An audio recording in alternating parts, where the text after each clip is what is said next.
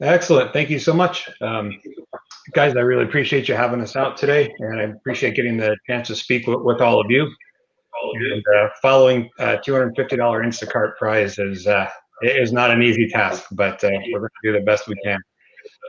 So first off, what is IGEL? So I'm sure many of you may have heard of us in the past. You know, we have a pretty big presence on LinkedIn and in social media. And traditionally, people think of IGEL as a thin client company, which was right a while back. Um, I get a little bit of feedback there from somebody. So that was right a while ago. But really, over the past 5 years or so, we've been focusing more on the operating system. So we're really kind of formed into that OS company. So IGEL's been around for 20 years, but what we're delivering to you today is a easy to manage, highly scalable Linux operating system. So that OS, we built with, flexibility in mind. So any user, any device, anywhere. That's kind of our main concept. It doesn't matter really to us what kind of hardware you're running, what you're connecting to on the back end. It could be Citrix, it could be Amazon, it could be VMware, it could be WVD. We have these technologies integrated into our OS, and our OS will run on basically any hardware, and I'll show you how that works in a moment. And it's flexible, so you can move between those technologies, without really any issue. But at our core, we have a Linux-based operating system that's highly secure, easily portable, and easy to manage. So one of the things that makes our OS so powerful is the people that we partner with. So we have over 80 technologies, vendors that we have their software integrated into our OS. Citrix is one of our great technology partners. So for example, for Citrix, we have 3 different versions of Citrix Workspace app integrated. So if you need to take advantage of, version 2006, which has Microsoft Teams optimization, you can select that from a drop-down menu in our management console via policy. If you need something like an older Workspaces client, no problem. We have those available as well. It's just a policy change, just a drop down. They're all embedded. They're all sandboxed. You don't have to install anything. They're fully managed. So today, as unified communication becomes kind of the big need as everybody's been working remote, we have that built in. So Sennheiser, Jabra, Avaya, we have all those integrated partnerships. So by having these extensive and wide range of technology partners embedded into the OS, it's fair to note that they're happily coexisting together. So from the IGEL side, you can rest assured that when you upgrade our OS, when you move to a new version of whatever client, things have already gone through our QA. We know that they work. You don't have to deal with integration problems or anything like that. So upgrades and patching, things of that really become a non-issue, something that's going to allow you to really kind of focus on delivering Windows, in the cloud or in your on-prem data center, and not really worrying about the endpoint so much. Another great thing is, again, it allows you to remain flexible. So as COVID has kind of, changed our world quite a bit, and everybody was sent home to work, people that were running IGEL, I truly feel, had an easier time, adopting this new way of life. I've seen customers that, were running, one platform on the back end, maybe on-prem, with vendor A. But as they needed to send everybody home, it was much easier for them to move to a cloud-based solution and have VMs spun up, on demand.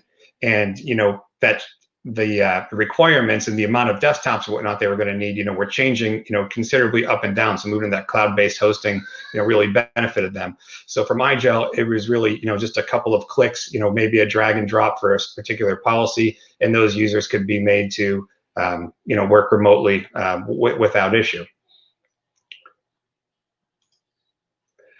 So our OS and our environment, it's pretty straightforward. It consists of 3 pieces. The IGEL operating system, which is, again, 64-bit read-only Linux OS. It's hardware agnostic. Will run on anything that's an x86 processor, 2 gigs of memory, and 2 gigs of disk. And there's ways to get around having a disk at all, which I'll show you.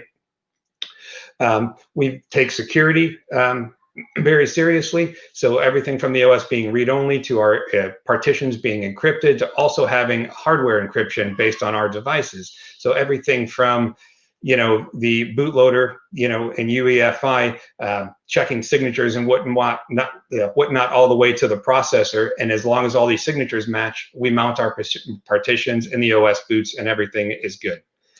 Second piece is our UMS.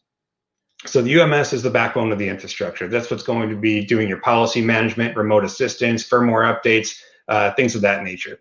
It's fair to note on the UMS, it can be running your data center, it can be running the cloud, it runs on a Windows server, Linux server, can do HA, so DR, we've got that all built in.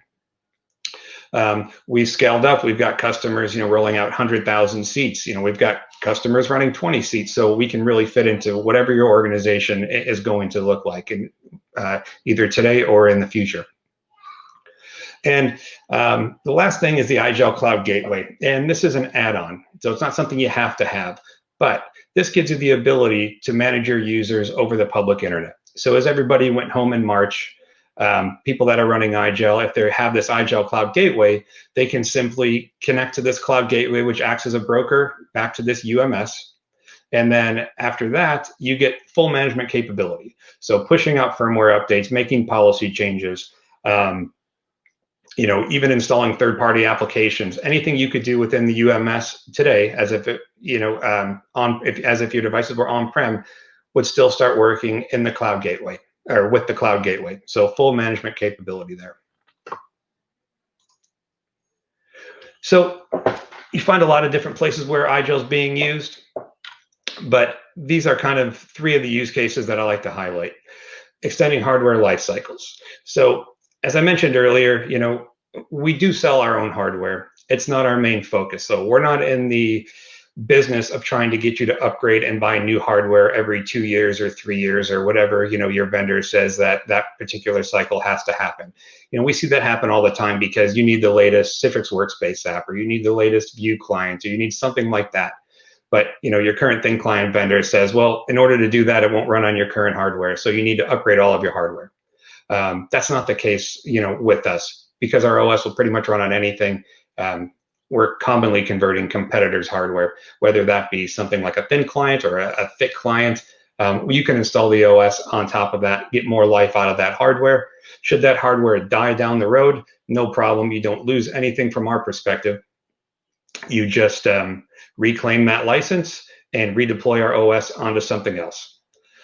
Reducing operational bottlenecks. It's a very easy managed solution.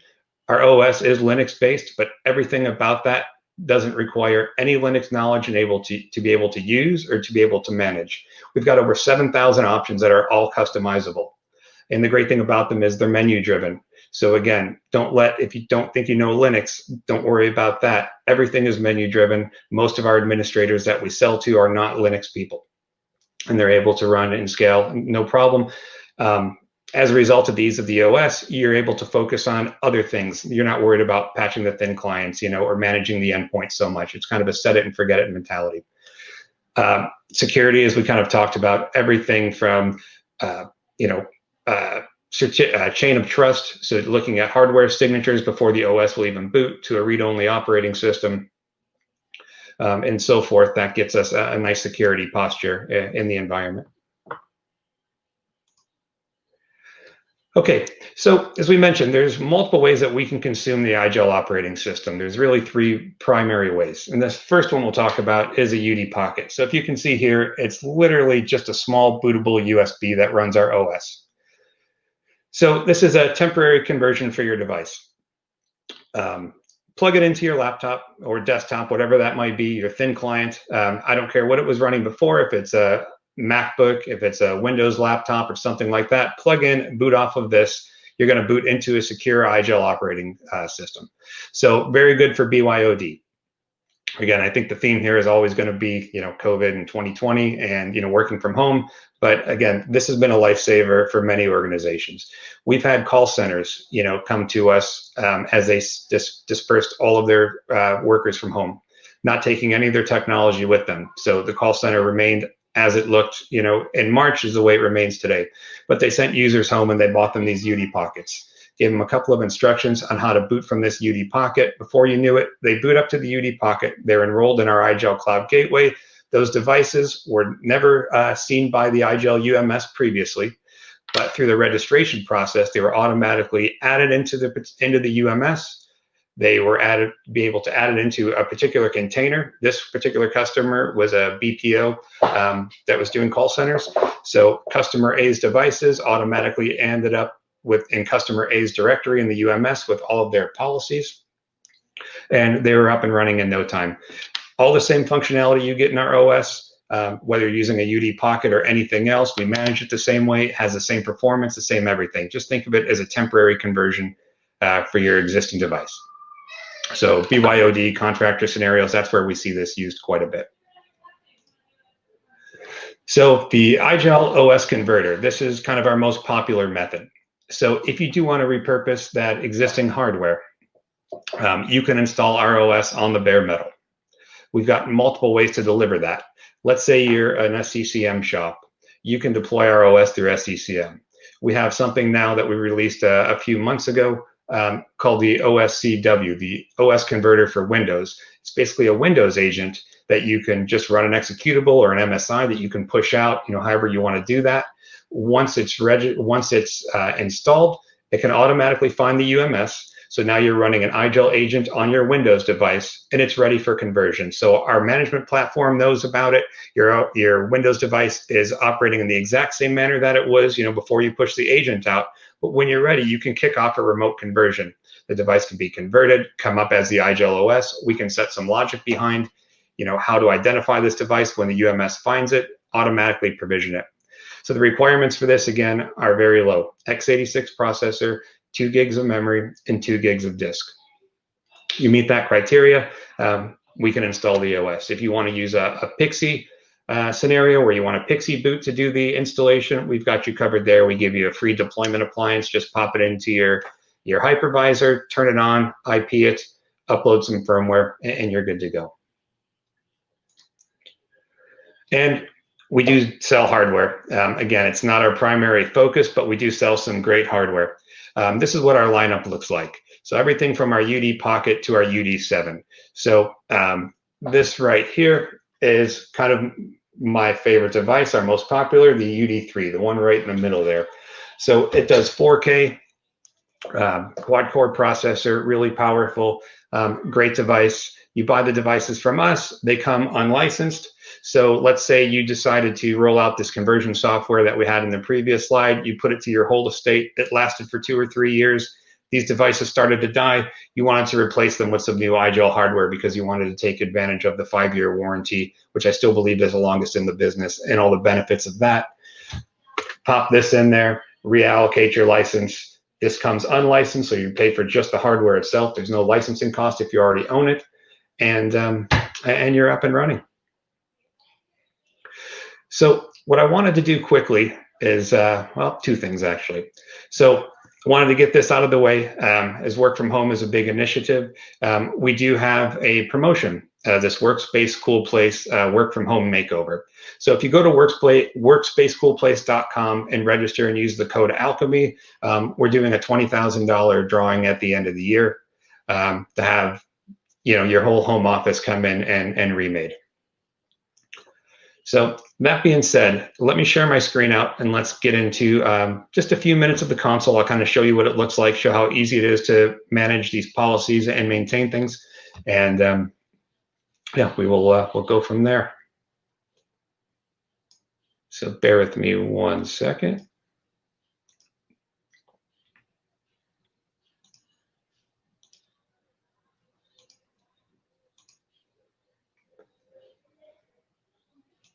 Okay, hopefully you're seeing my screen now. And what we're going to do is kind of just give a quick, couple-minute run through of the console and the different use cases, and we'll go from there. So right now, what we have here is, you can see I've got my UMS console. I've got a thin client right here. This is just running in VirtualBox, so a virtual thin client just for demonstration purposes. I've also got a couple of devices in my org that that could be representative of being managed through the cloud gateway. So this little Intel compute stick, which is running our conversion software, this Lenovo Tiny PC, which is running our conversion software. These are both connected somewhere into my UMS, and we're managing remotely by this little cloud icon. But let's take a peek at how the system works together, how the solution works. So we can build out this org structure any way we want. So just think about it like an OU for your Windows environment, but this is going to be for IGEL. And these profiles up here, these are group policies basically for IGEL. So think of them as GPOs and OUs.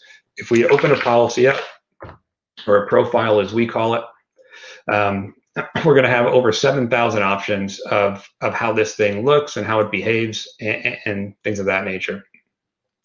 So it looks like it may be hanging on me a little bit. As Jarrell said earlier, this is 2020. So having a little issue here. So bear with me one sec. Let's just pull up another console.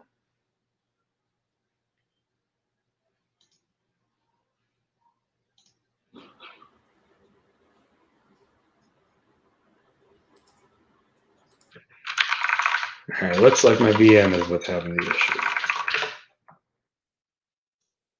All right, so let's log into this if possible.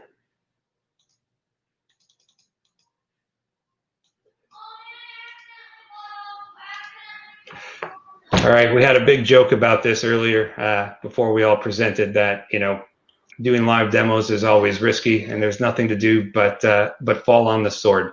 So let's do this. Let me stop sharing for a moment. Let me see if I can get my device responding again properly. And then maybe we can do some Q&A if anybody has one right now. Hey, Paul, it's Blake. I'm going to chime in for a second. I see your screen moving, and I really appreciate the kids in the background, just so you know. Homeschooling, you got to love it. No, completely understand. I'm seeing the screen move. I'm seeing some action here. So okay, I'm not sure what's going on. Yeah, we're getting definitely some lag, but we'll give it a second. Okay, maybe we're coming back now. Okay. Let me just open up one of these policies here and show you what it looks like. And maybe we'll get a little bit better response time. Okay, so everything in here is configurable through these menus. Everything is menu driven. 7,000 options of what you want to configure. So let's go back to that Citrix environment we talked about earlier, where maybe you want to run the latest Citrix receiver, or the Citrix Workspace app, or something older or newer. This firmware I pulled up has a little bit different versions of it, but again, all of these are baked in. Newer firmware will have version 2006 on it, and you can select everything from here. So everything's customizable through these policies here. If we take a look at the policies I've assigned in my organization, I've got some very basic stuff, some shadowing, date and time, DNS entries, and some certificates I've loaded up. If I look in my Austin container, which is this machine here, I've branded it to look a lot more like Austin, given it the 360 bridge, Longhorns, start button. But at the end of the day, I've connected to a Citrix session. So I'm connecting to Citrix Demo Cloud right now. I've got icons published on my desktop. We can make this look and feel however you want. Maybe you don't want icons on the desktop and you wanted this on-prem desktop to launch in a kiosk mode when you log in. We can do that as well. So for Austin, we're just setting it up so it's logged into Citrix, and that's what it looks like. If we moved over to our Denver container, if we take a look at Denver, we're doing everything the same from the parent. We're doing the different branding, but this is going to connect to a Horizon environment. So by simply just drag and dropping this over to Denver and saying now for that policy to take effect, we'll get a message saying we've got a new configuration. Again, everything in this OS is customizable, including this. We're just going to say OK. And then it's going to rebrand this machine to look and feel a bit more like Denver. If you noticed, we've taken out the Citrix icon and we've used VMware now. If I double click on that, I have my credentials stored in here just for demo purposes, but now we're connected into a VMware environment. So I didn't have to reboot. I didn't have to do anything along those lines. I just simply had to, assign a different policy. And just like that, we're switched over to a VMware environment. It makes no difference to me if this was on-prem or we were managing the users through the cloud gateway, if they were, local to the data center, no difference to us. So we'll take it a step further now, and we'll move that machine over to my Seattle container, which I've done just a couple different things. Again, I've changed the background so it looks a little bit more like Windows, kind of nerdy SE stuff. But I've also tied it into LDAP. So I'm giving it an Active Directory login so it looks and feels more like Windows.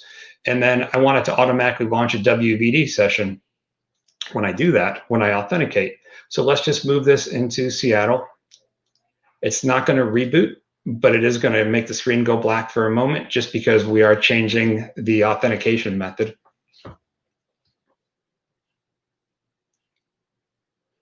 So we'll give that a sec.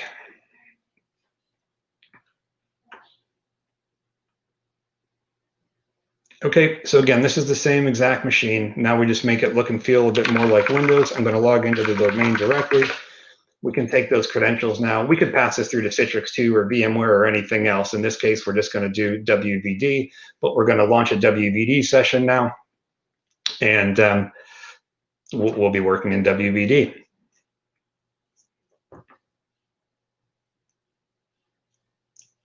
And then again, however we want to present this to the user, do we want it launching full screen? Do we want to do windowed mode? Do we want to give them access to the OS, the IGEL OS underneath, or do we not? All these things can be configured right through that. So one of the other things I just wanted to show you quickly was how we can shadow those. So let's take this machine here. I'll right click on it from my console and tell it to shadow. And we'll pull this VNC viewer window out. And here's our machine. So full remote shadowing capabilities. If I wanted to send these user messages or something like that, we've got a whole slew of just different options in here to make it as easy for you as possible to manage these users. So we want to put an alert in here, and we can say, we can hear your kids. And then I want to send that message out. We can get that message sent out, no problem. And underneath this, since I have it in full screen, we would see that message saying, okay, we can hear your kids. Message has been sent out. Boom, there you go. So lastly, everything can be fully automated. And I really do want to drive that home. Everything from the unattended conversion to having these devices be discovered within the UMS and have them automatically put into these containers. So we can do that by using these directory rules here. So we have a ton of options of how you want your rollout to go, both on day 1 and on day 2 and 3. So all of this different criteria. How do we want to identify these machines when they're first discovered by the UMS, or when they first discover the UMS, I should say, or each time they subsequently boot. So we could do something like last known IP address. So if you're going from a certain range to another one, the device is automatically going to show up in a particular container. So I've got that set up here. If I'm 192.168.209.1 to 209.55, devices automatically show up in Austin. If they're 210 on the 210 subnet, they'll automatically go to Denver. And by setting these overriding apply on boot or leave in subdirectory, that really gives you some kind of magic of what's going to happen. So if I move my device, manually from Austin to Denver, or automatically, if somebody picked up their UD Pocket, they plugged in, they're working from home, and they're getting their work from home policies. They then take their UD Pocket, they go plug it into their desktop at work. You're doing a hoteling situation or something like that, and they're in the Denver office. That machine would automatically get migrated into the Denver container and take those policies. So that being said, we can definitely go deeper into this, but I do kind of want to be respectful of the time, and I don't want to back up the schedule or anything like that. And I know we were going to leave some time for some questions. So I'm ready for questions. If you all are, I'll stop sharing for now, and let me know what you have. Hey, Paul, can you hear me? Yeah. All right, excellent. So one of the questions that came through, right, is that can IGEL products deliver end users requiring video conferencing and collaboration services with a seamless workstation-like experience for video and audio? And I think also too, one of those that kind of does in is, can you also kind of talk about some of the new features and enhancements with IGEL and how it kind of correlates to the audio video just in general? Yeah, so unified communications has been a huge deal for us. For everybody, but we've really kind of put some development effort into that. So yes, we can do audio video offloading. So if you're using Skype for Business, if you're using Teams, if you're using Jabber or Cisco Teams, we have JDVD, the JDVI client built in, and it's literally just a checkbox to enable the optimization and the offloading for any of those features. Most of them are on by default. But yeah, we absolutely support all of that. And we've made big improvements with our latest firmware, which is 11.4.100, which was released a couple of weeks ago. Also in that firmware, we've made some additional improvements too for those of you that are IGEL customers now or have some familiarity with them. One of them in the past, our only browser option, we do have local browsers, was Firefox. Everybody was like, we need Chrome, we need Chrome, we need Chrome. Now, Chrome was always available as a custom partition, which is a way that we can sideload third-party applications into our read-only OS and keep that OS read-only. But now we've actually included Chromium in our operating system as well. So you have your options between Firefox and Chromium. One of the other improvements we made was the kernel that we use for Linux. So we are a distribution or a derivative of Ubuntu. So up until this latest release, 11.4, everything before that, with the 10 and 11 version of IGEL OS, was based off of Ubuntu 16.04. We're now moved up to Ubuntu 18.04, and we now switched to a Linux mainline kernel. So while we've always had great driver support, just being part of built off of Ubuntu, now with that mainline kernel, it's even better. So we've got even better driver support. Yeah, one of the other questions too is talking about the custom partitions. Some of the folks here are asking about, can you support things like Microsoft, Word? What can you kind of put into those custom partitions? And then two is also, how does some of the other products like soft phones and things that work when you're connecting through IGEL as well? Yeah, no problem. So custom partitions, I kind of always ask, yes, we can install pretty much anything with a custom partition, but the question I ask is, why do you want to do it? So once you start installing Office, and I'm not saying it, Office, I don't believe that there's a Microsoft Office for Linux yet, so that one's not going to work. But again, you can hit your O365 apps through the browser, which will work fine. Absolutely. But as we do the custom partitions, it kind of starts to, we don't want you to have, how can I say this? Our goal is not to replace, what you're going to do in your Windows VM in the cloud or anything like that. So we're not trying to be, the full-fledged operating system that, you're going to take on your plane and you're going to work on your Office docs offline and things of that nature. We're an online solution. And I would say for custom partitions, we want to fill in the gaps of, what you need versus what we have. But again, once you start looking at kind of installing, Office or Adobe Photoshop or, or some kind of, graphics editing, stuff like that, that's not that it's not going to work. It's just, we really kind of got to start thinking about, is this really the right place for it? Thank you. And another one that came in here is that, so we know that we can do the Teams offload with IGEL, right? We can offload the Teams video and chat. Now, are there other solutions? Are there other products that we can also do offloading with IGEL? Yeah, absolutely. So Teams, Skype, JDVI, we have the ability to do Avaya, Zoom, things of that nature. Some of those are coming through custom partitions that are supplied by the vendor. So like, for instance, Zoom and Citrix. If you wanted to do offloading through Citrix and Zoom, Citrix does have a client that would get installed in IGEL through custom partition. You download it right from their site, install it into the OS, and you're good to go. Same thing for Avaya and things of that nature. We have built-in soft phones at Akiga. So if you're looking to just kind of use an open source soft phone, with your current system, we've got that built in as well. So yeah, there's a fair amount of options for all of that. And if we don't have them built in as of now, they're always being added. And again, we partner with a lot of great companies. So they're very good at building the partition for us, building the agent for us. You just download it from their website and install it. All right, and another we got coming in here. So for WVD, so we've heard a lot of talk about WVD and what we're kind of seeing with that. How, I mean, you talked about that lightly. What is really kind of where the direction is? I mean, that IGEL is going with WBD. We know we're doing a lot of enablement around there. Are there other products that can run WBD natively, or how does IGEL uniquely fit that situation? So yeah, so IGEL and Microsoft have formed this epic partnership over the past year, 18 months or so. So we actually, for our events, we needed to create a new sponsorship level called Diamond, just for Microsoft.